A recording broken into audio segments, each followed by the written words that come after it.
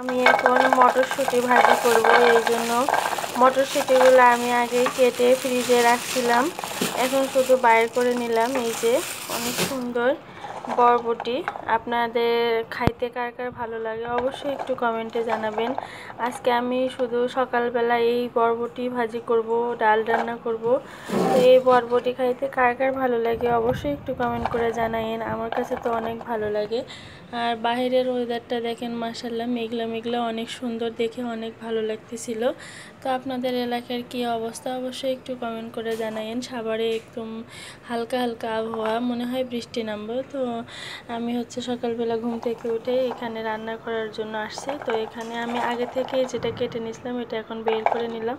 এখন আমি রান্নায় চলে যাব। তো সবাই ভালো থাকবেন, সুস্থ থাকবেন, সবার প্রতি দোয়া রইল। আল্লাহ হাফেজ, আল্লাহ হাফেজ, আল্লাহ হাফেজ।